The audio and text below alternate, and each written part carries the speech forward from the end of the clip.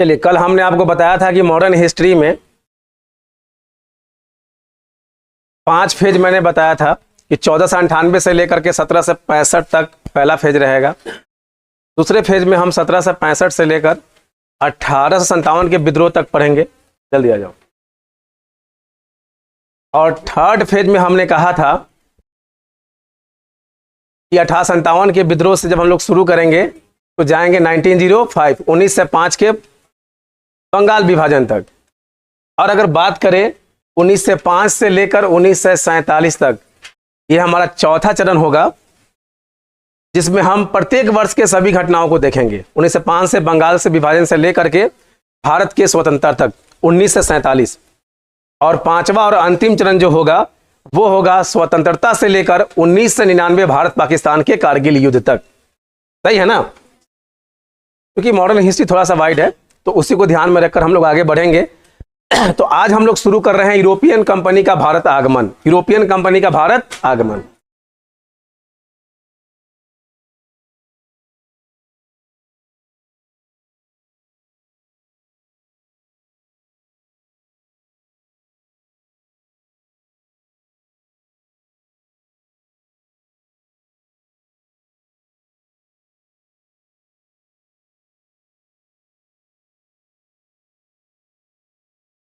European company का भारत आगमन। सबसे पहले हम ये जानेंगे कि यूरोपियन कंपनी के भारत आने के क्या कारण है। मैंने कल ही आपको बताया था कि एट प्रेजेंट दुनिया भर में कितने महाद्वीप या महादेश हैं? 7 कॉन्टिनेंट हैं, 7 महादेश हैं। जनसंख्या और क्षेत्रफल दोनों के दृष्टिकोण से सबसे बड़ा महादेश कौन सा है? एशिया। दोनों अकॉर्डिंग, क्षेत्रफल से भी और जनसंख्या से। अच्छा, कल मैंने एक बात और भी समझाया था कि जब भी जीके जीएस का टीचर आपको पढ़ाता है तो बड़ी ध्यानपूर्वक आपको सुनना होता है। उसका कारण यह है कि अगर वो आपको समझा रहे हैं, लिखवा रहे हैं, पढ़ा रहे हैं तो वो सब आपके एग्जाम के पॉइंट ऑफ व्यू से इंपॉर्टेंट होता है। अगर वो समझा भी रहे हैं तो कहीं ना कहीं एक आपका क्वेश्चन बन जाएगा। जैसे कि अभी मैंने आपसे समझाया कि क्षेत्रफल और जनसंख्या के दृष्टिकोण से सबसे बड़ा महादेश या महाद्वीप कौन सा है? एशिया। एक प्रश्न बन गया ना यहां पर? समझ में आ रहा बात? लेकिन परीक्षा में एक बार पूछ दिया था कि देशों की संख्या के अनुसार, यानी कि सबसे अधिक देश कहां है, देशों की संख्या के अनुसार सबसे बड़ा महादेश कौन सा है? जहां सबसे अधिक देश है तो फिर आपका आंसर क्या हो जाएगा?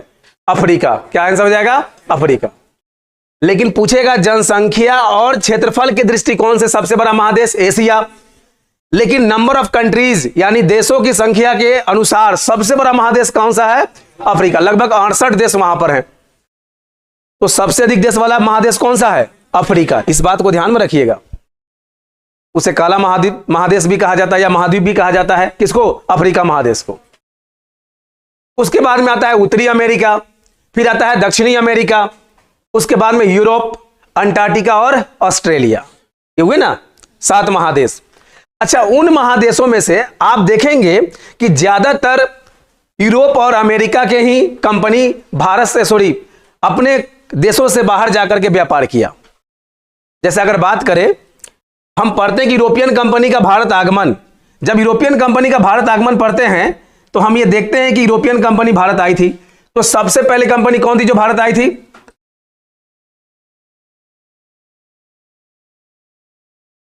सबसे पहले पुर्तगाल आई थी।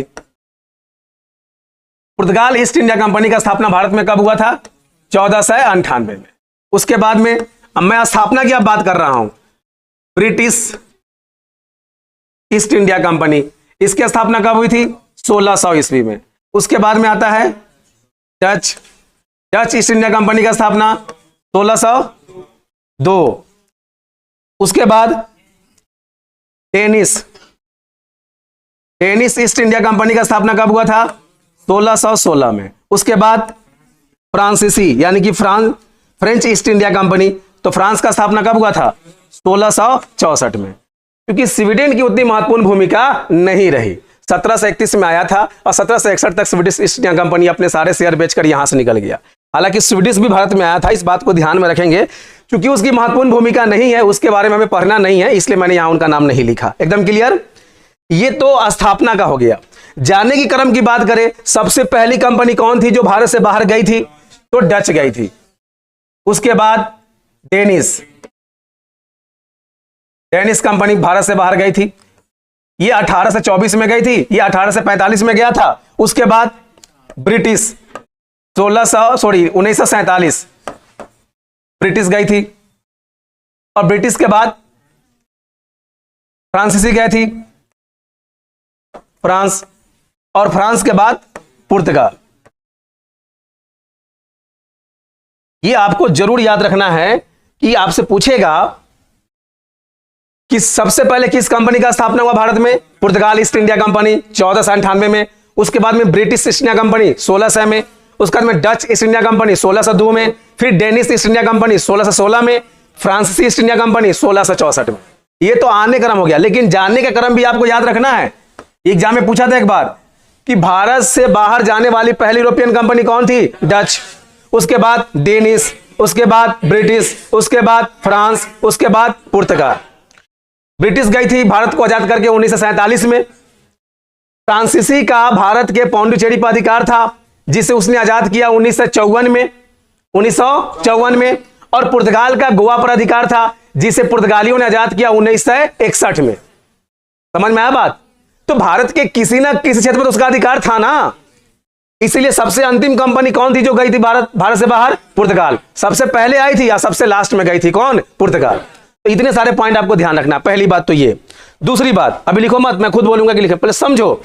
जीके जीएस समझने वाला चैप्टर है, खासकर इतिहास।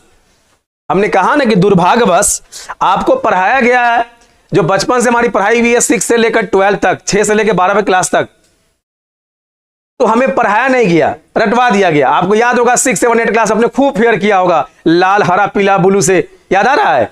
कुछ फायदा हुआ उसका? कुछ भी नहीं हुआ। काश कि वो पढ़ाई आपको इमेजिनरी तरीके से पढ़ाया गया होता, समझा कर पढ़ाया गया होता। इतिहास सबसे जटिल सब्जेक्ट में से एक है। इधर ध्यान दो, इतिहास सब्जेक्ट सबसे जटिल सब्जेक्ट में से एक है, सबसे समझने वाला विषय है। हमने कहा ना कि दुर्भाग्यवश आपको वैसा पढ़ाया गया। जैसे मैं क्लास शुरू करने से पहले एक बात हमेशा कहता हूं कि भारत में जो लिटरेसी रेट है, जिसको हिंदी में बोलते हैं साक्षरता दर, क्या बोलते हैं? साक्षरता दर। साक्षरता दर, साक्षरता दर, ये कितना है वर्तमान में भारत का? तो लगभग 78.04% है। इतने लोगों को पढ़ा लिखा माना जाता है। ध्यान से समझना इस बात को। ये आप लोग मानते हैं, मैं तो इसको काउंट ही नहीं करता हूं। लिटरेसी रेट है ये, साक्षरता दर। साक्षरता का परिभाषा होता है जिसकी उम्र 7 वर्ष हो जाए, उससे पढ़ना, लिखना और समझना आ जाए, यानी वो लिख सकता है, पढ़ सकता है, समझ लेता है, तो उसे हम किस में शामिल कर लेते हैं? साक्षरता दर में। एकदम ध्यान से मेरी बात को समझिएगा, हम इसको मानते ही नहीं है। एक होता है प्योर एजुकेशन रेट, जिसको बोलते हैं पूर्ण शिक्षित दर। क्या बोलते हैं? पूर्ण शिक्षित दर। पूर्ण शिक्षित दर, इसकी संख्या कितनी है? 9.06%। यह मेरा आंकड़ा है, मैं इसको मानता हूं। यह पूर्ण शिक्षित दर है। इसका मतलब क्या हुआ कि लिटरेसी रेट में सबके पास डिग्री है, पढ़ा लिखा भी है, लेकिन डिग्री है पर नॉलेज नहीं। लड़का इंटर पास हो गया, नॉलेज 6, 7 के लायक भी नहीं है। लड़का इंटर पास कर लिया, लेकिन नॉलेज 10th क्लास के लायक भी नहीं है। और यह सबसे घातक है। अब भारत में इसकी संख्या बहुत ज्यादा है। भारत में यही तो दिक्कत है कि सब साक्षरता दर में तो आता है, लेकिन पूर्ण शिक्षित दर में आता ही नहीं है। आप बोल देंगे भारत पढ़ा लिखा देश है। कहां पढ़ा लिखा देश है? मात्र 9.06% लोग पढ़ा लिखा है ही। इस कॉन्सेप्ट को समझना पड़ेगा। यानी जिसके पास जितनी नॉलेज है, जितनी डिग्री है, उतनी नॉलेज होनी चाहिए, लेकिन नहीं है। अब एक बात समझ लेना कि इसमें से 22% लोग तो वो हो जाएंगे जो बिल्कुल अशिक्षित है, यानी कि पढ़े लिखे नहीं होंगे। अगर निकाल दी जाए एक ठीक ठाक रेशियो, तो 22% वो लोग हैं एवरेज में जो पढ़े लिखे बिल्कुल नहीं है। 78% आ जाएंगे साक्षरता दर में। इनमें से 9% निकाल दीजिए पढ़ा लिखा, पूर्ण शिक्षित, तो कितना बच जाएगा? लगभग 68%। लगभग में 68%। ये जो 68% लोग हैं ना, ये बड़े खतरनाक होते हैं। इनके बारे में हमेशा कहता हूं कि ये एनाकोंडा से भी खतरनाक है। ये कोरोना वायरस भी इनके सामने पनाह मांगती है। ये वो लोग हैं, ना तो ये अशिक्षित दर में आते हैं और ना ही शिक्षित दर में आते हैं। ये किस में आते हैं? साक्षरता दर में आते हैं। ये बड़े खतरनाक है। ये आपको हर जगह एडवाइस देते मिल जाएंगे। आप जाइए पीजी में, वहां पे कोई सीनियर बच्चा होगा जो तैयारी कर रहा होगा, पंचवर्षीय योजना की तैयारी कर रहा होगा, उसका 5 वर्ष पूरने वाला होगा, वो आपको एडवाइस दे रहा होगा, इधर उधर क्या कर रहा है तू? तैयारी कर रहे हैं कंपटीशन का, तो तुम्हें ऐसा करना चाहिए, वैसा करना चाहिए। और चाचा आप नहीं, हमारा तो 2 नंबर से रह गया, 3 नंबर से रह गया, ये तुमको एडवाइस देगा, तो आप क्यों नहीं कर लेते हैं? ऐसे बड़े खतरनाक लोग हैं। ये हमेशा एडवाइस देते रह जाएंगे, चाय के दुकान पे, हर जगह, कि नीतीश कुमार को ऐसा करना चाहिए, प्रधानमंत्री को ऐसा करना चाहिए। तो तुम प्रधानमंत्री क्यों नहीं बन जाता है? वही बदल लो। और याद रखो, जब तक आपको खुद से परिवर्तन करने का अधिकार ना दिया जाए, आपको किसी पर कमेंट करना भी नहीं चाहिए। सही बात है ना? तो ये जो साक्षरता दर है ना, बड़ा खतरनाक है। अच्छा, एक बात मैं ये भी क्लियर कर दूं कि साक्षरता दर और पूर्ण शिक्षित दर, यानी पूर्ण शिक्षित दर में पढ़ा लिखा हो ये कोई जरूरी नहीं है। पढ़ा लिखा ही पूर्ण शिक्षित में शामिल हो ऐसा कोई जरूरी नहीं है। जैसे उदाहरण लीजिए, आप लोग ये जरूर सोचते होंगे कि मुखिया को, सरपंच को, मुख्यमंत्री को, प्रधानमंत्री को पढ़ा लिखा होना चाहिए। सोचते हैं ना? उनका भी एग्जाम होना चाहिए। सोचते हैं ना ये बात? अरे सोचते तो होंगे। क्या अंबेडकर ने ये बात नहीं सोचा होगा? ऑफकोर्स सोचा होगा। संविधान का जनक है, संविधान में कितनी बड़ी भूमिका आप सब जानते हैं, प्रारूप समिति के अध्यक्ष है। तो उन्होंने जरूर ये सोचा होगा कि मुखिया के लिए, मुख्यमंत्री के लिए, प्रधानमंत्री के लिए भी एजुकेशन कंपलसरी किया जाए। लेकिन उन्होंने कहा था कि यहां पर बादशाह का, राजा का समझदार होना जरूरी है, शिक्षित होना जरूरी नहीं है। क्या होना जरूरी है? समझदार। यानी वो पूर्ण शिक्षित में आना जरूरी है। किस में जरूरी है? पूर्ण शिक्षित में आना जरूरी है। साक्षरता दर में ना भी हो तो चलेगा, लेकिन किस में आना जरूरी है? पूर्ण शिक्षित दर में। तो अकबर, में एक उदाहरण देता हूं। अकबर जो कि मुगल बादशाह था, अकबर पढ़ा लिखा था नहीं, लेकिन मैं उसको किस में शामिल करूंगा? पूर्ण शिक्षित दर में शामिल करूंगा, लेकिन समझदार जरूर था। वही औरंगजेब को देख लीजिए, औरंगजेब तो सबसे मुगल बादशाह में सबसे पढ़ा लिखा बादशाह था, लेकिन समझदारी थी उसके अंदर नहीं। तो वो किस में आ जाएगा? साक्षरता दर में, इसमें वाला में आ जाएगा। बड़ा खतरनाक रेशियो है ये।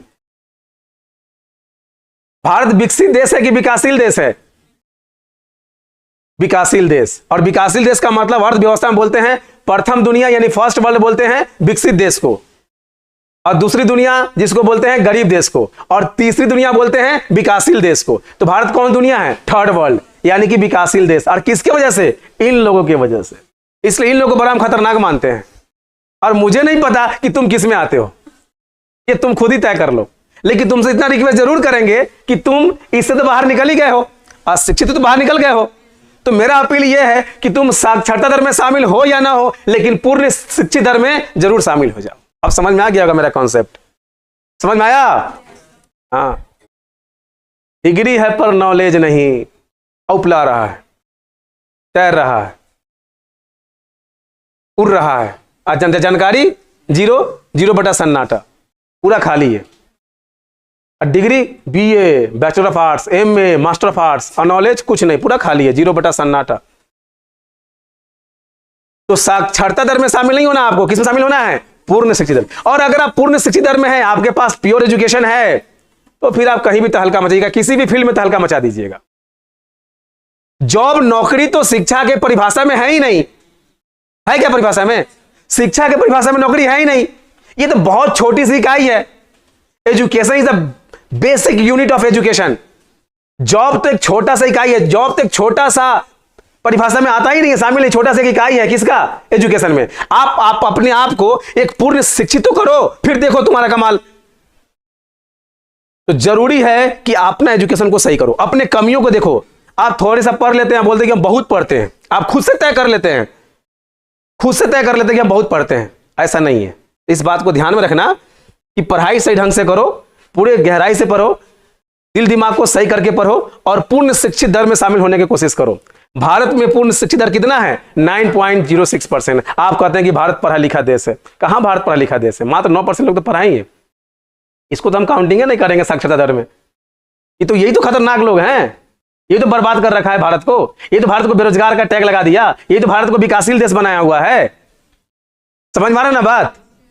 अगर ये लोग सही होते तो भारत में कोई भी अगर सरकार बनती तो वैसी सरकार बनती जो देश हित में काम करता। लेकिन आज कोई भी सरकार बन रहा है, मैं किसी भी पार्टी से की बात नहीं कर रहा हूं, कोई भी सरकार बनती है तो वो पहले अपने हित में सोचती है, पार्टी के हित में सोचती है, और उसके बाद जो बचता है वो देश के हित में सोचा जाता है। सही बात है कि नहीं? ऐसी पार्टी होनी चाहिए जो सिर्फ देश के हित में सोचे, देश के भला के लिए सोचे। हम अपना तुलना किससे कर देते हैं? नेपाल से कर देते हैं, भूटान से कर लेते हैं, और अंतिम पाकिस्तान तो है भी किए। लेकिन तुलना किससे करना चाहिए था? अमेरिका से, रूस से, चीन से, ब्रिटेन से, फ्रांस से। हमारी तुलना इनसे होना चाहिए था। ये सब कौन सा देश है? ये तो कुछ है ही नहीं। तो हमारी तुलना उनसे हो ताकि हमारा बेहतर परफॉर्मेंस हो और हम उससे बेहतर विकास करें। तो ये आपको ध्यान रखना है, साक्षरता पूर्ण शिक्षा। अब तुम मुझे बताओ कि तुम किस में शामिल होना चाहता है? अरे बताओ, पूर्ण शिक्षित दर में शामिल होना है कि साक्षरता दर में शामिल होना है? पूर्ण शिक्षित दर, प्योर एजुकेशन रेट, कितना इसका भी परसेंटेज है? समझ में आ गया बात? क्लियर है? चलिए अब इधर आ जाइए, इसलिए पढ़ो ध्यान से, इधर ध्यान दो। हमने कल ही समझाया था कि उसी फील्ड को चुनो जिसमें तुम्हारा इंटरेस्ट हो। दूसरा, तुमने फील्ड चुन लिया है तो आपको इंटरेस्ट पैदा करना पड़ेगा इस फील्ड में। अब तुम्हारे पास कोई ऑप्शन नहीं है आपको सिवाय नौकरी लेने के, तो आपको तो कंपटीशन क्वालिफाई करना ही है, तो इंटरेस्ट तो पैदा करना ही पड़ेगा। एकदम क्लियर? और निश्चित तौर पे आपको सफलता मिलेगी, बस ईमानदारी से आप मेहनत करो। तो देखिए, अब बात करते हैं कि यूरोपियन कंपनी जब ये भारत आई और भारत से जब बाहर गई, जो पहली कंपनी थी वो डच थी और सबसे अंतिम में थी पुर्तगाल। लेकिन सवाल ये आता है कि यूरोपियन कंपनी ही क्यों, यूरोपियन कंपनी ही क्यों पूरे विश्व में व्यापार करती है, अफ्रीकन कंपनी क्यों नहीं? इस आप अगर देखेंगे 7 महादेश में, तो 7 महादेश में सबसे आर्थिक रूप से मजबूत कौन सी है महादेश? यूरोप। सबसे पहला नाम आता है, उसका नाम अमेरिका भी है, आर्थिक रूप से मजबूत। उसका कारण है कि उन लोगों ने शुरू से फोकस किस पे किया है? व्यापार पे। किसे फोकस किया है? व्यापार पे। तो पहले यूरोप में ऐसा होता था कि यूरोप के कंट्री व्यापार के लिए अलग अलग क्षेत्र में निकल जाते थे।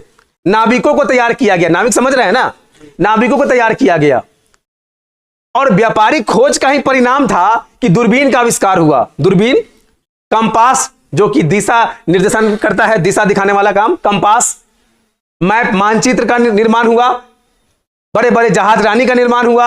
यह सब व्यापारिक खोज का ही परिणाम था।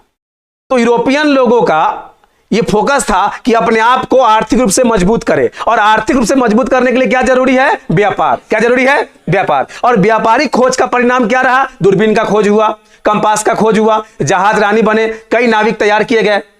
इवन मैं आपको जानकारी के लिए बता दूं कि यूरोप के कई सारे कंट्री में, यूरोप के कई सारे देश में स्कूल खोले गए थे नाविकों को ट्रेनिंग देने के लिए कि नाविक को कैसे किसी क्षेत्र में जाना है नाव से, और कैसे कंपास का प्रयोग करना है, कैसे मानचित्र का प्रयोग करना है, कैसे दूरबीन का प्रयोग करना है, कैसे कोई देश को खोजना है, खोजने के बाद उस पर पहला एक्शन क्या होना चाहिए, और अगर आप समुद्र में जा रहे हैं, रास्ता भटक गया तो फिर आपको क्या करना चाहिए। यह सब ट्रेनिंग दिया जाता था।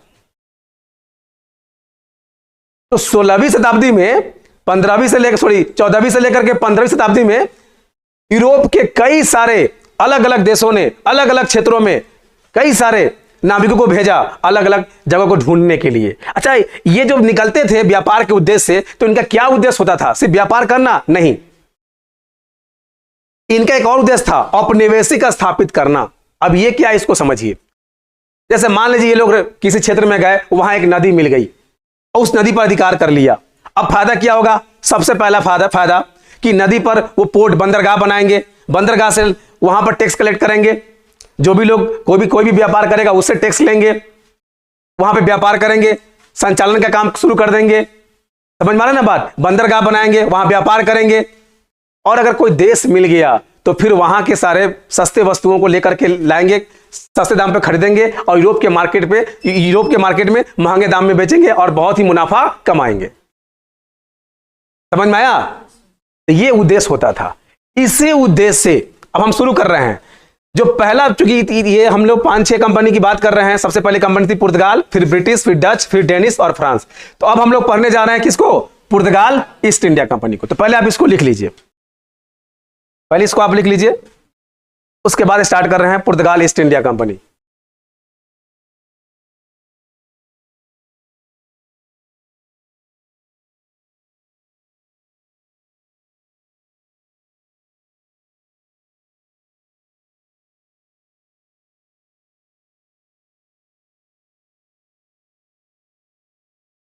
यूरोपियन कंपनी का भारत आगमन, यह स्थापना लिखिएगा, कंपनी की स्थापना।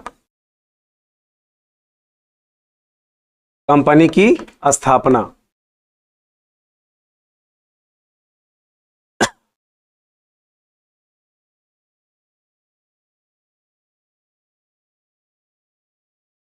और ये लिखिएगा कंपनी का भारत से बाहर जाने का क्रम, यानी भारत से सबसे पहली कंपनी कौन थी जो भारत से बाहर गई थी?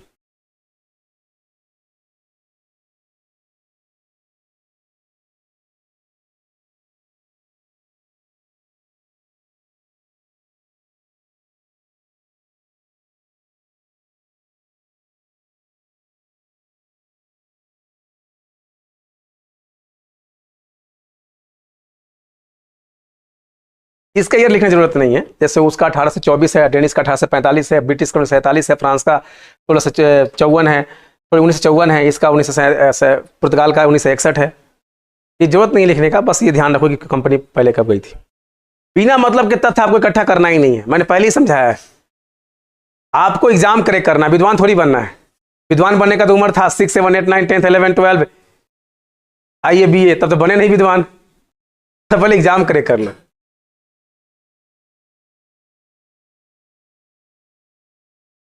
हो गया यहां तक?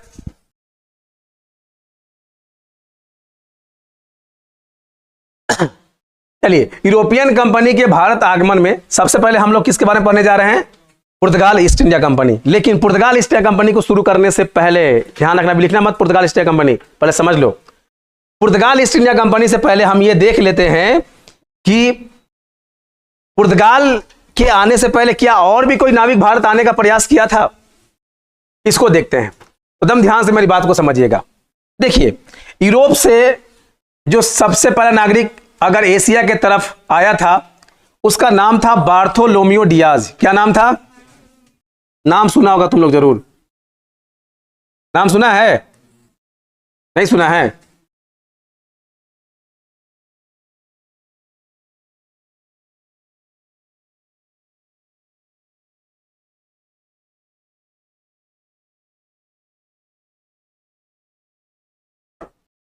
Bartolomeu Diaz.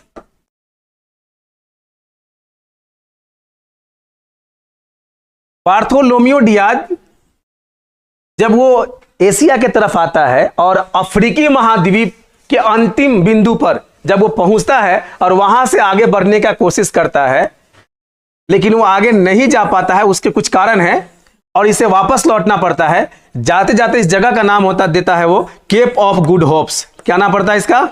Cap of good hopes. Good hopes. और यह घटना कब की है? 1488। 1488। अब थोड़ा ध्यान से बात को समझना। सबसे पहले जब नाविक आते थे, जब वो किसी क्षेत्र को ढूंढने निकलते थे, किसी भी एरिया में निकलते थे, तो उनके सामने 4 से 5 बड़े चैलेंज होते थे। एकदम ध्यान से सुनना। पहला चैलेंज, अगर नाविक निकल रहे हैं तो अपने साथ सारे संसाधन लेकर निकलते थे, जैसे खाने पीने के लिए सबसे जरूरी चीज क्या है? खाना पीना।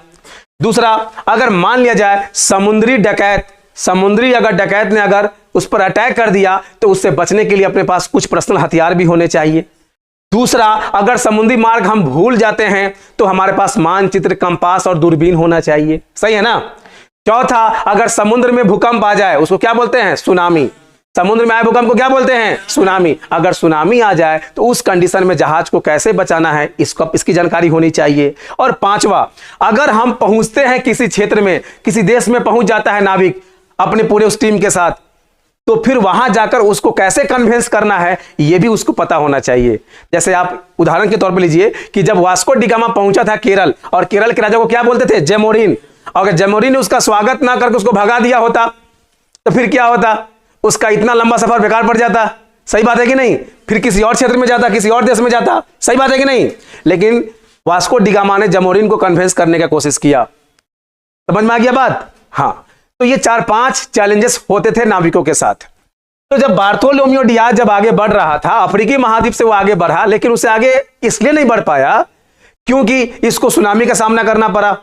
इसका जहाज काफी क्षतिग्रस्त हो गया था और इसको आगे का रास्ता समझ में भी नहीं आ रहा था। इसके कई लोग बीमार पड़ रहे थे, खाने पीने के समय समाप्त होने लगे थे। इसको लगा कि अब यहां से वापस चलना चाहिए, वरना फिर आगे जाने से जान का खतरा है। तो बेहतर कि यहीं से वापस निकल जाना चाहिए। लेकिन जाते जाते इसने नाम क्या दिया उस जगह का? केप ऑफ गुड होप्स, और यहां से ये वापस चला गया यूरोप। एकदम क्लियर। अब यहां प्रश्न ये बनेगा कि केप ऑफ गुड होप्स की खोज किसने किया था? बार्थोलोमियो, जोर से बोलो, बार्थोलोमियो।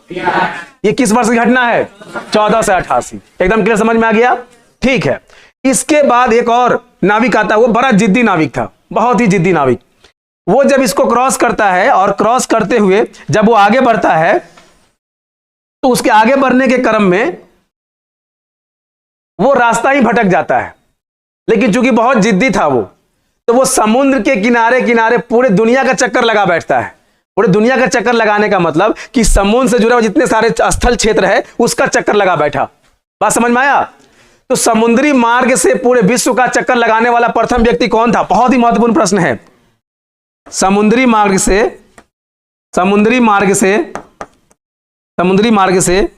पूरे विश्व का चक्कर लगाने वाला प्रथम व्यक्ति, पूरे विश्व का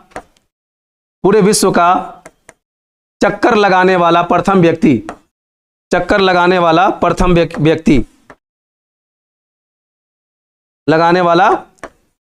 व्यक्ति, कोई बताएगा जी इसका नाम?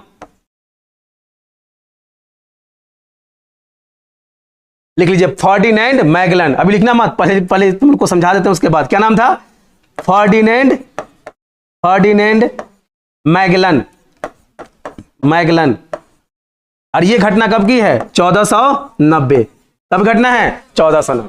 ये एसएससी के पेपर में, दरोगा के पेपर में कई बार एग्जाम में आ चुका है कि समुद्री मार्ग से पूरे विश्व का चक्कर लगाने वाला प्रथम व्यक्ति कौन था? Ferdinand Magellan. एकदम क्लियर। तो 1488 में बार्थोलोमियो डियाज आया, लेकिन आगे उसके पास संसाधन खत्म होने की वजह से वो आगे नहीं बढ़ पाया और यहीं से वापस चला गया। जाते जाते नाम क्या दिया? Cape of good hope. Cape of good hopes की खोज किसने किया था? समझ में आ गया बात? चूंकि मैगलन था बड़ा जिद्दी, ये निकल गया तो निकल गया, इसको कोई, ये रास्ता भटक गया, लेकिन रास्ता भटक गया फिर भी इसने हार नहीं माना और समुद्री मार्ग से पूरे विश्व का चक्कर लगा बैठा। एकदम क्लियर। तो पूछेगा कि समुद्री मार्ग से पूरे विश्व का चक्कर लगाने वाला प्रथम नाविक कौन था? Ferdinand Magellan. बहुत इंपॉर्टेंट है। कब की घटना ये? 1490। इतनी बात समझ में आ गया आप सबको? एकदम क्लियर है। चलिए अब आगे देखते हैं। अब आगे एक और घटना है।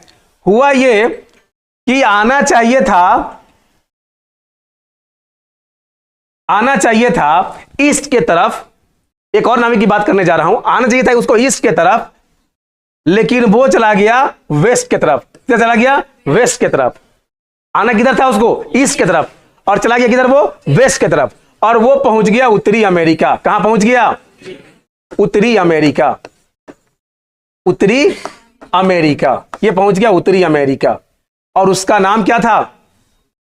उत्तरी अमेरिका। इसका नाम था क्रिस्टोफर कोलंबस। क्या नाम था? क्रिस्टोफर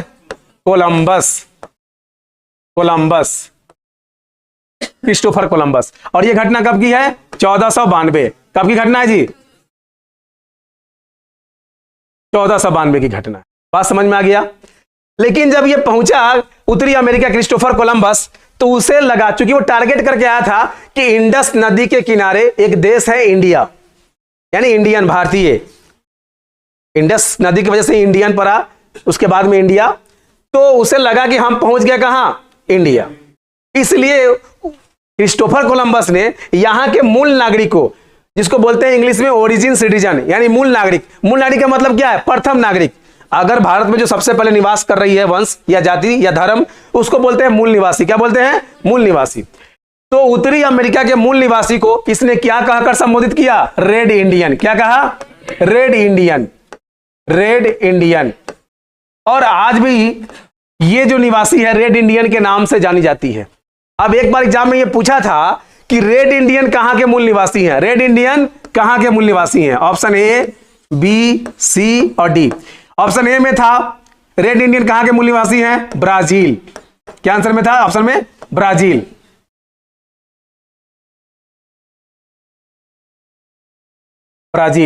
दूसरा ऑप्शन में था अफ्रीका। क्या था? अफ्रीका।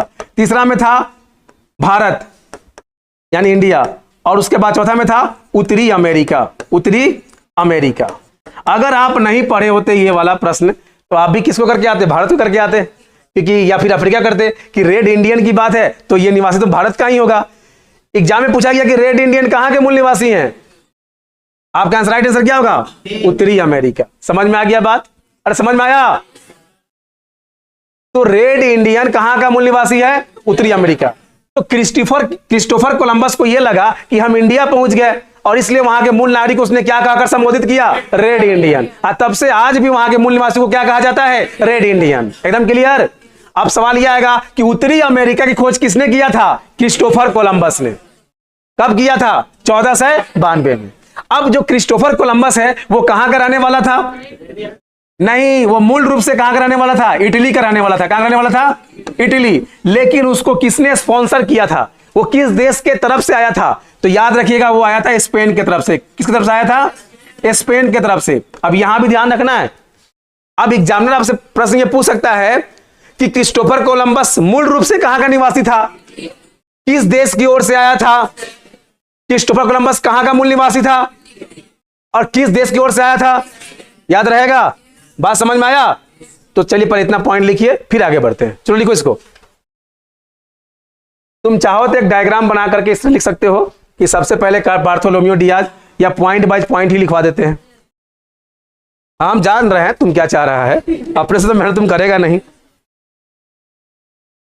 चलो लिखो। केप ऑफ गुड होप्स की खोज बार्थोलोम्यू डियाज ने 1488 में की थी।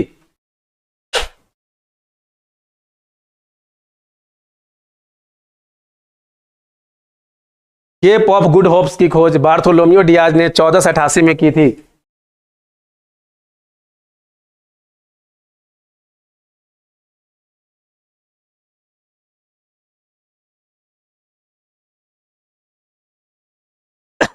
हो गया? दूसरा लिखो। समुद्री मार्ग से पूरे विश्व का चक्कर लगाने वाला प्रथम नाविक या व्यक्ति फर्डिनेंड मैगलन था।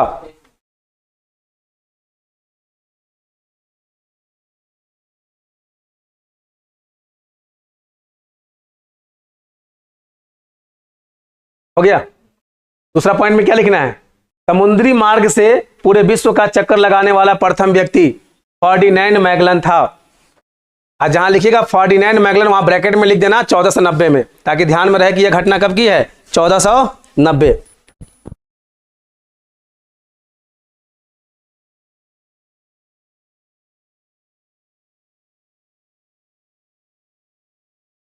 दूसरा पॉइंट में लिखना है कि समुद्री मार्ग से पूरे विश्व का चक्कर लगाने वाला प्रथम नाविक या व्यक्ति कौन था? Ferdinand Magellan.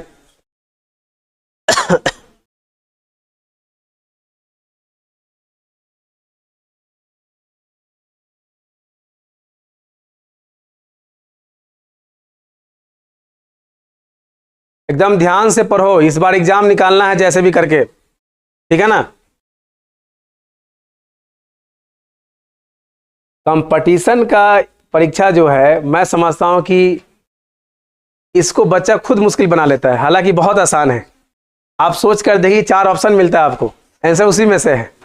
कभी आपने ये कल्पना किया है कि अगर मेंस की तरह आपका एग्जाम लेना शुरू कर दिया गया, यानी कि बिना ऑप्शन का, तो फिर आपका क्या होगा? है ना बात सही? इसलिए पढ़िए, मेहनत कीजिए। बिना पढ़े टेंशन लेता है।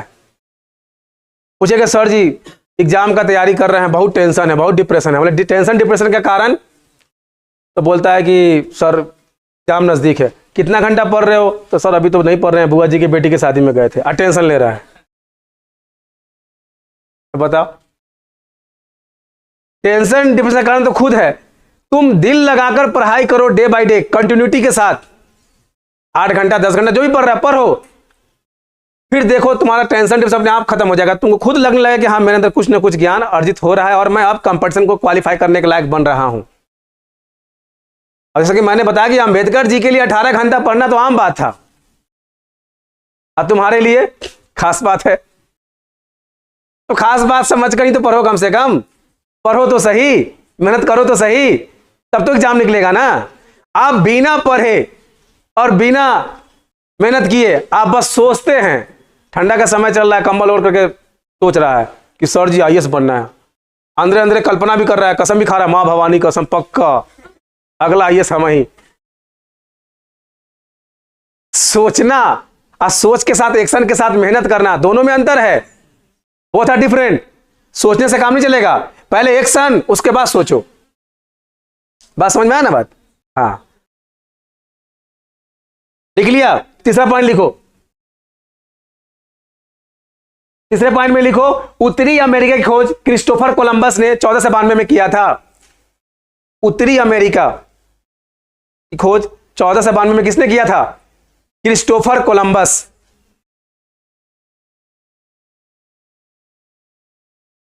क्रिस्टोफर कोलंबस ने किया था।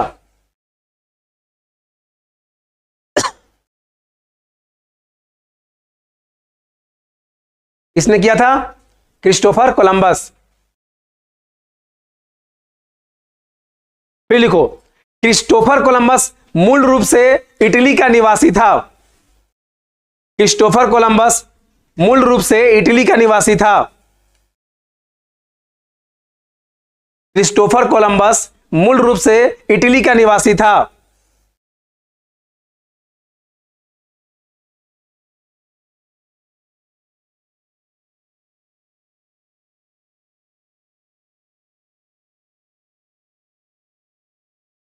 मूल रूप से कहां का निवासी था? पर उसको किस देश ने स्पॉन्सर किया था? परंतु वो उत्तरी अमेरिका स्पेन की तरफ से आया था। परंतु वह स्पेन की तरफ से उत्तरी अमेरिका आया था। परंतु वह स्पेन की तरफ से उत्तरी अमेरिका आया था।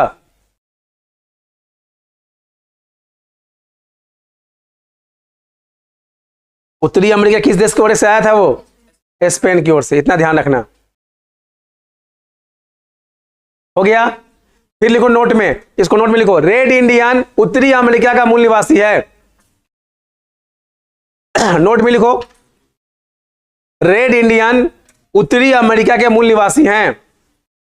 रेड इंडियन उत्तरी अमेरिका के मूल निवासी हैं। रेड इंडियन उत्तरी अमेरिका के मूल निवासी हैं।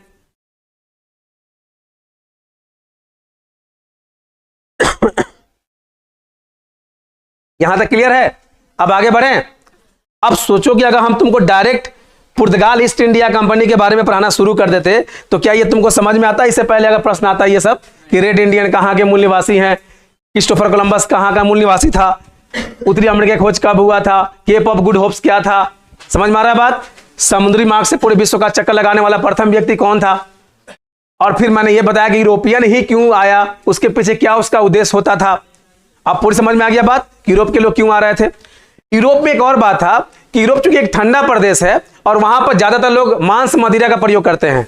इसका प्रयोग करते हैं मांस मदिरा का, यानी कि नशा, और उसके अलावा मांस ज्यादा खाते थे, मछली ज्यादा खाते थे।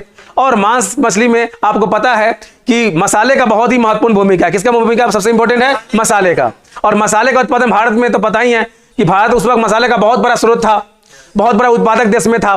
तो इधर व्यापार करने के उद्देश्य में, कि यह भी उद्देश्य था यूरोपियन का कि मसालों का व्यापार भी इस क्षेत्र में किया जा सकता है। उसके अलावा बहुत सारे ऐसे उत्पादक थे जो कि भारत में उस वक्त बहुत तेजी से उत्पादन हो रहे थे, तो उसका भी व्यापार भारत में किया जा सकता था। इस उद्देश्य से ही उनका व्यापार का इंटरेस्ट भारत की ओर हुआ। एकदम क्लियर? ठीक है, अब आगे बढ़ते हैं। अब हम लोग पढ़ने जा रहे हैं पुर्तगाल ईस्ट इंडिया कंपनी। तो हेडलाइन दो, पुर्तगाल ईस्ट इंडिया कंपनी। अब हेडलाइन दो तुम।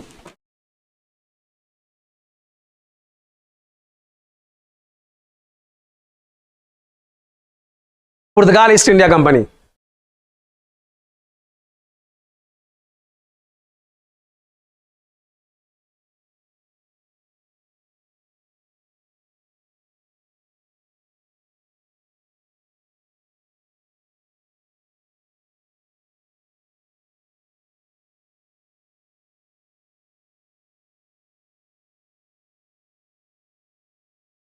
चौदह सौ अंठानवे पुर्तगाल ईस्ट इंडिया कंपनी का स्थापना कब हुआ था? 1498। एक बात मैं पहले ही बता देता हूं तुमको, ध्यान से समझ लो। पुर्तगाल का जब भारत आया व्यापार के उद्देश्य से, तो पुर्तगाल के आने से पहले, लड़का इधर ध्यान दो, पुर्तगाल के भारत में आने से पहले इजिप्ट के व्यापारी, यानी मिस्र के व्यापारी, तुर्की के व्यापारी, मेसोपोटामिया के व्यापारी और अरब के व्यापारी, मैं व्यापारी बोल रहा हूं, वो भारत में व्यापार करते थे। तो इस बात को ध्यान में रखना, इनके आने से पहले भारत में कौन कौन से व्यापारी व्यापार करते थे? अरब के व्यापारी व्यापार करते थे, तुर्की के व्यापारी व्यापार करते थे। मैं व्यापारी की बात कर रहा हूं, अरब की बात नहीं कर रहा हूं, अरब व्यापारी की बात कर रहा हूं। अरब व्यापारी भारत में व्यापार करते थे, तुर्क व्यापारी जो है वो भारत में व्यापार करते थे, मिस्र के व्यापारी भारत में व्यापार करते थे, मेसोपोटामिया के व्यापारी भारत में व्यापार करते थे। इतना बात ध्यान में रखिएगा, एकदम क्लियर, इनके आने से पहले। अब बात करते हैं कि वास्को डी गामा कैसे भारत पहुंचता है।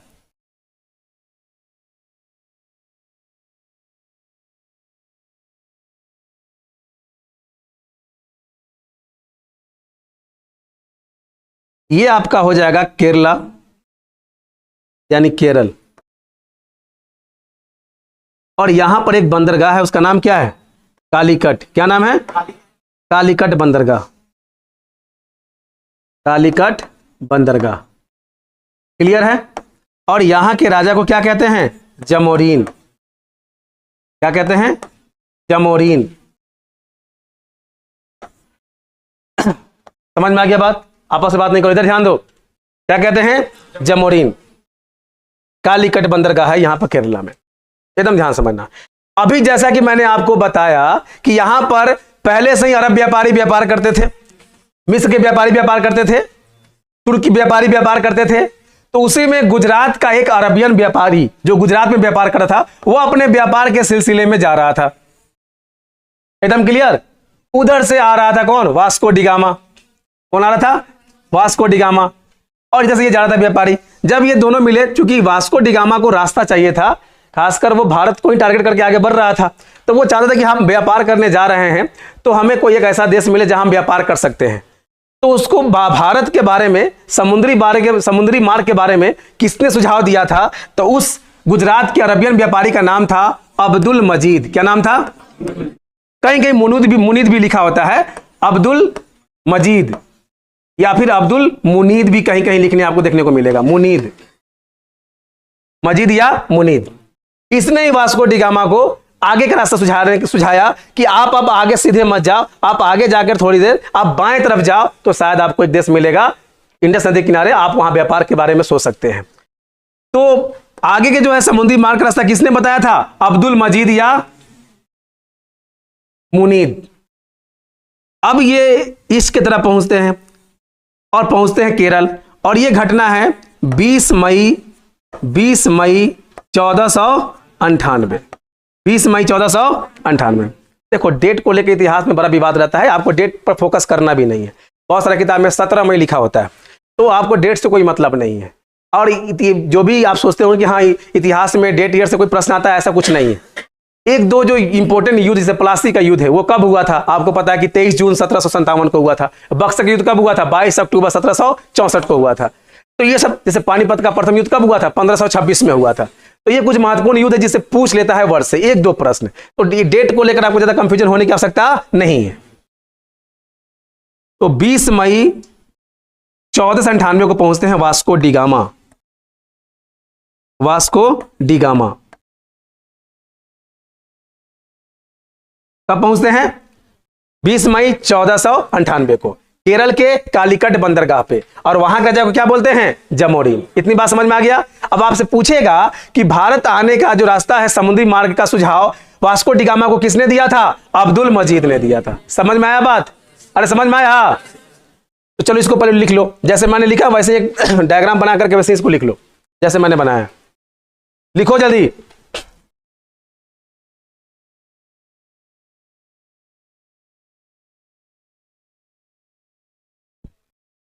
इसके बाद में पॉइंट वाइज पॉइंट लिखवा देंगे, पहले से बना तो लो।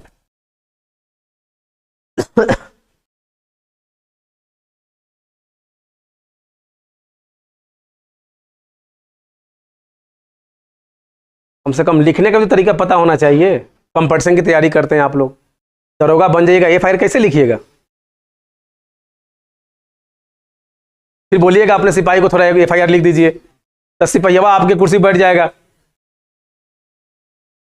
आप फिर हमारे पास फोन कीजिएगा, खान सर हाँ एक एफआईआर लिखना है। यहां तो पढ़ेबो किए, वहीं पढ़ाना पड़ेगा। जमोरीन।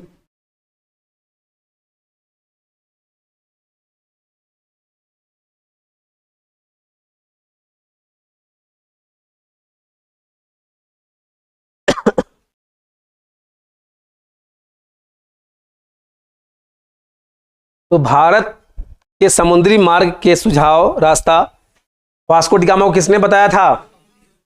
अच्छा सच बताओ, अब तुमको मजा आ रहा है कि इतिहास पढ़ने में आ रहा है ना? और इस तरह से तुम्हें पढ़ाया जाता तो तुम शायद कभी इतिहास ना भूलते।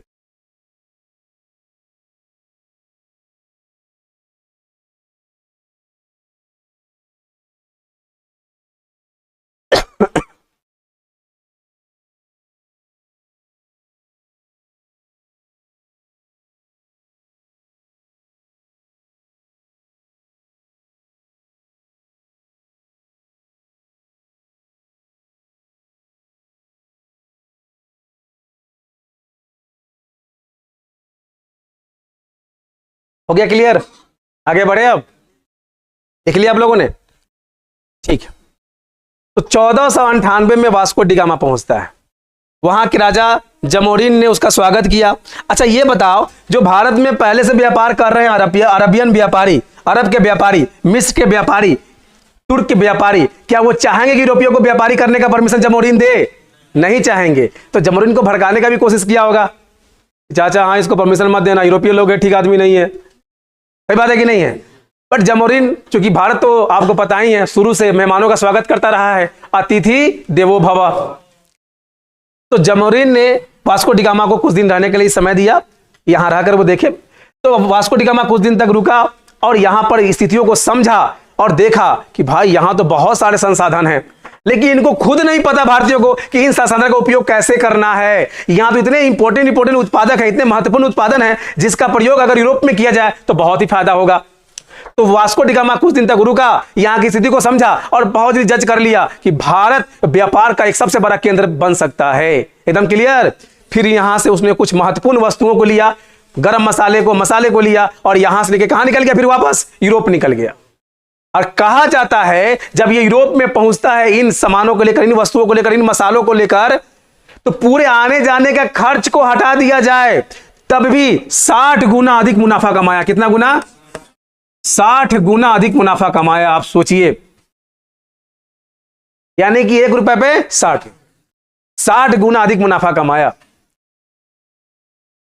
सारे आने जाने खर्च को हटाने के बाद। तो वास्को डी गामा को यह बात समझ में आ गया कि भारत एक बहुत बड़ा व्यापार का केंद्र बन सकता है। एकदम क्लियर? अच्छा, हमने आपको पहले बताया था कि 2 बात ध्यान रख लो। आजकल एग्जाम में प्रश्न कैसे आ रहे हैं, कॉम्पिटिटिव एग्जाम में प्रश्न कैसे आ रहे हैं, इसको ध्यान रखना बहुत जरूरी है। तो एक तो आ रहा है सिमिलर प्रश्न और एक आता है सेकेंडरी प्रश्न। जैसे अगर मैं पूछूंगा आपसे कि चंद्रमा पे जाने वाले प्रथम व्यक्ति कौन थे, बताओ? नील आर्मस्ट्रांग, यही ना थे? दूसरे व्यक्ति कौन थे? एक भी बच्चे का भी सही आंसर नहीं निकला है। दूसरा तुम ध्यान ही नहीं देते हो।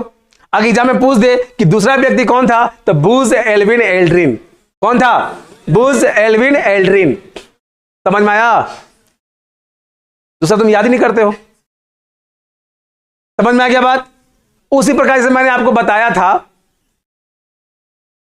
कि जरा मुझे यह बताओ कि क्षेत्रफल के दृष्टिकोण से भारत का सबसे बड़ा राज्य कौन सा है?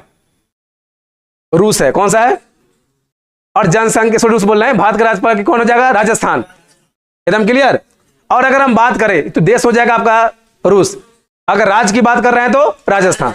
और अगर आपसे पूछे कि जनसंख्या के दृष्टिकोण से भारत का सबसे बड़ा राज्य कौन सा है? उत्तर प्रदेश। लेकिन सवाल अगर यह आता है कि जनसंख्या के दृष्टिकोण से भारत का सबसे बड़ा जिला कौन सा है? ध्यान से, जनसंख्या पूछ रहे हैं? नहीं, वो आपका क्षेत्रफल के दृष्टिकोण से सबसे बड़ा जिला कच्छ, गुजरात। मैं जनसंख्या से पूछ रहा हूं, थाने, महाराष्ट्र। आंसर क्या होगा? थाने, महाराष्ट्र। तो सिमिलर प्रश्न और सेकेंडरी प्रश्न बहुत ज्यादा आता है। तो भारत आने वाला प्रथम पुर्तगाली कौन था? Vasco D gamma. लेकिन प्रश्न यह आता है कि भारत आने वाला दूसरा पुर्तगाली कौन था? बताओ। अब नाम ही नहीं पता है। अब तुम बोलेगा सर जी हाँ आउट ऑफ सिलेबस आ गया था, बड़ा डेप्थ में पूछ दिया था, पहला तो पढ़े तो दूसरा नहीं पढ़ते, दूसरा पूछ दिया था। बताइए जरा इसमें हमारा क्या गलती है? तो गलती तो आप ही का है ना कि आप पढ़े नहीं उसको। समझ में आया बात? तो ध्यान रखना कि पहला पुर्तगाली कौन था जो भारत आया था? Vasco D gamma. दूसरा कौन था? Pedro Alvarez Cabral. Pedro Alvarez Cabral. Cabral, Pedro Alvarez Cabral. ये कब आया था? 1500 ईस्वी में आया था। समझ में आ गया बात? तो प्रथम पुर्तगाली कौन था? दूसरा पुर्तगाली कौन था? चलो इसको लिख लो। भारत आने वाले प्रथम पुर्तगाली थे वास्को डी गामा। लिखो, भारत आने वाले प्रथम पुर्तगाली थे वास्को डी गामा। 1498। 1498। 1498। 1498 हो गया। फिर लिखो, भारत आने वाले दूसरे पुर्तगाली नाविक थे पेड्रो अल्वारेज कैब्राल। 1500 ईस्वी। दूसरे पुर्तगाली नाविक पेड्रो अल्वारेज कैब्राल।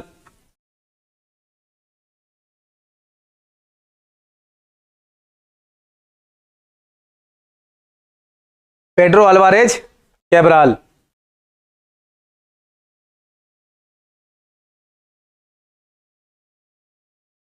भारत आने वाले दूसरे पुर्तगाली नाविक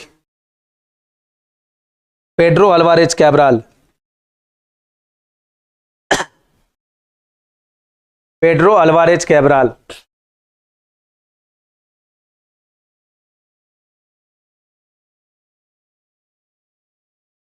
पेड्रो अल्वारेज कैब्राल।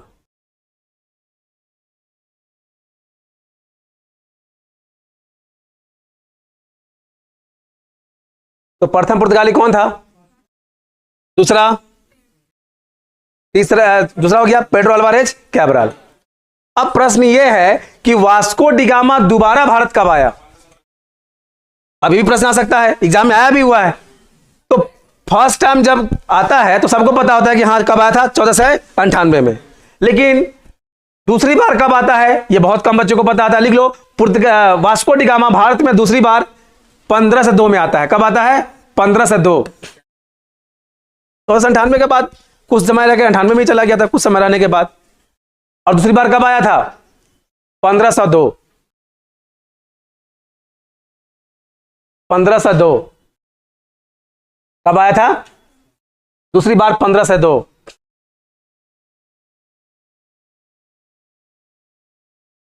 हो गया? दूसरी बार 15 से 2 में आया था। अब यहीं पर लिख लो कि वास्को डी गामा की मृत्यु कब हुई थी? वास्को डी गामा की मृत्यु, वास्को डी गामा की मृत्यु, वास्को डी गामा की मृत्यु, वास्को डी गामा की मृत्यु 24 दिसंबर 15 से 24 को, 24 दिसंबर 15 से 24 को, 24 दिसंबर 15 से 24 को कोचीन, कोचीन केरला में हुई। 24 दिसंबर 15 से 24 को कब हुआ था? 24 दिसंबर 15 से 24 को कोचीन केरला में हुआ था।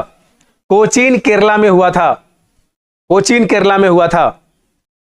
बाद में इसके अवशेष को ले जाकर के पुर्तगाल में क्रिश्चियन रीति रिवाज से दफनाया गया। बात समझ में आ गया? तो इसकी मृत्यु भारत में ही हुआ था, कोचीन केरला में। एकदम क्लियर?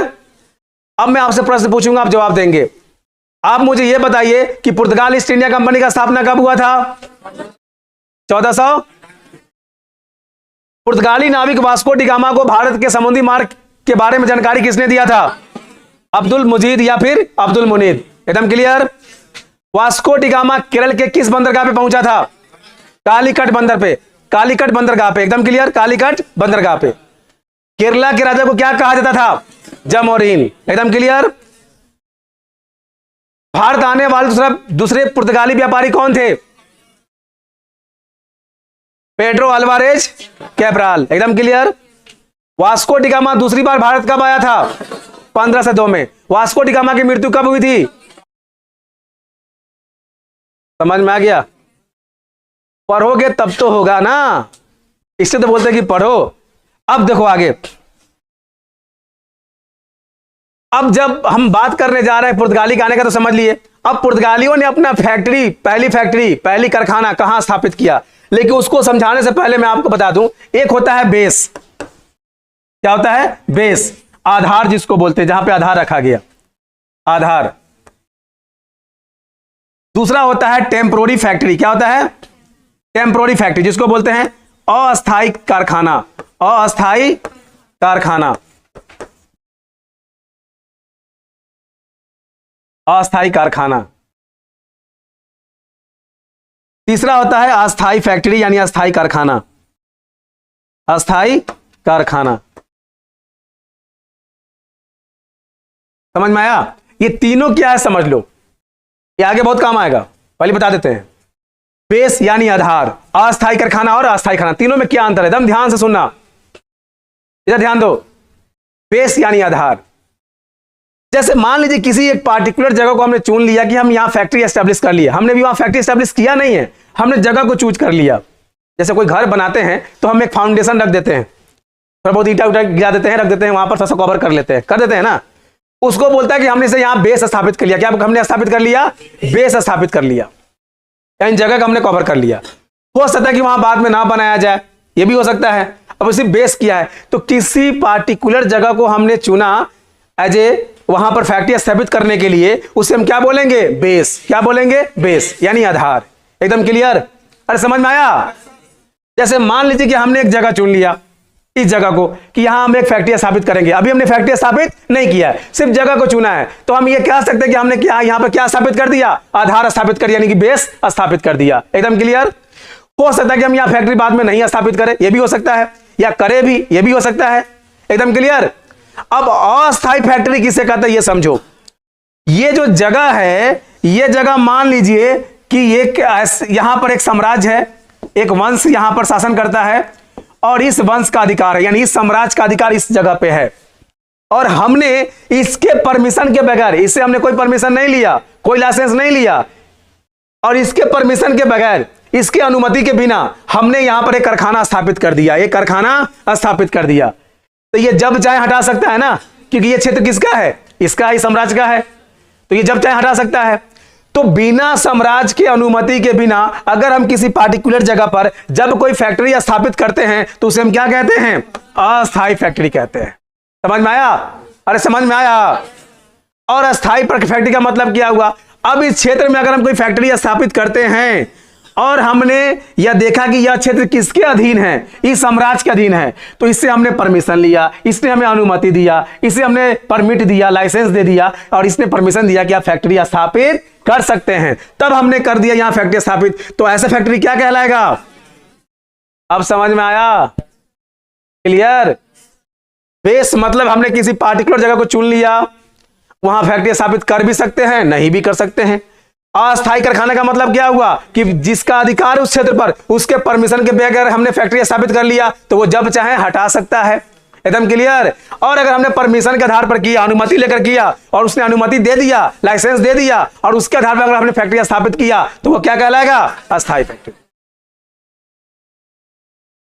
तो ये बेस, अस्थायी कारखाना और अस्थायी कारखाना तीनों आप लोग को समझ में आ गया? ठीक है, तो अब लिखिए, पुर्तगालियों ने अपना पहला बेस कहां स्थापित किया? आधार। पुर्तगालियों ने प्रथम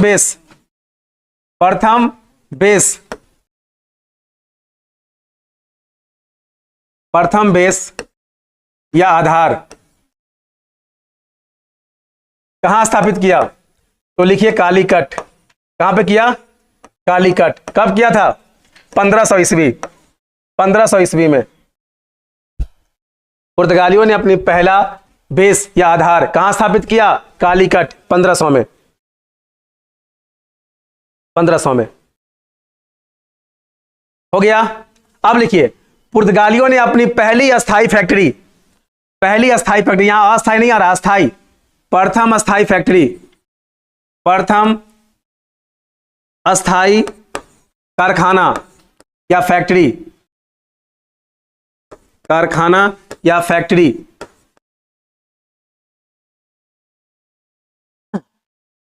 पहला अस्थायी कारखाना कहां स्थापित किया? ये सबसे इंपॉर्टेंट है, यही पूछा जाता है एग्जाम में। कोचीन केरला, कोचीन कहाँ है जी? केरला, कोचीन केरला। और कब किया था? 1503 में। कब किया था? 1503 में। तो आपसे पूछेगा पुर्तगालियों के द्वारा पहली फैक्ट्री या पहली अस्थायी फैक्ट्री कहां स्थापित किया गया था? कोचीन केरला। ये नहीं पूछेगा, बेस नहीं पूछेगा आपसे, बस जानकारी के लिए रखिएगा कि प्रथम बेस कहां स्थापित किया था? कालीकट। लेकिन पहली फैक्ट्री जरूर पूछेगा, सीधा पूछ देगा कि पुर्तगालियों ने अपनी पहली फैक्ट्री कहां स्थापित किया? कोचीन केरला। कब किया था? 1503 में। एकदम इंपॉर्टेंट है ये, सबसे इंपॉर्टेंट। एकदम क्लियर?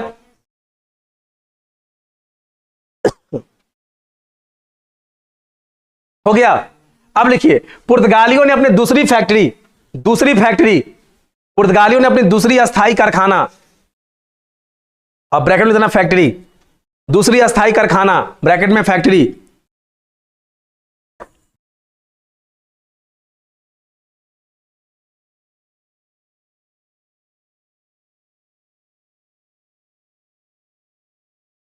कहां स्थापित किया था? कन्नूर। ये भी कन्नूर कहां है? केरला में ही है, कन्नूर। 1505 में। कब किया था? 1505 में।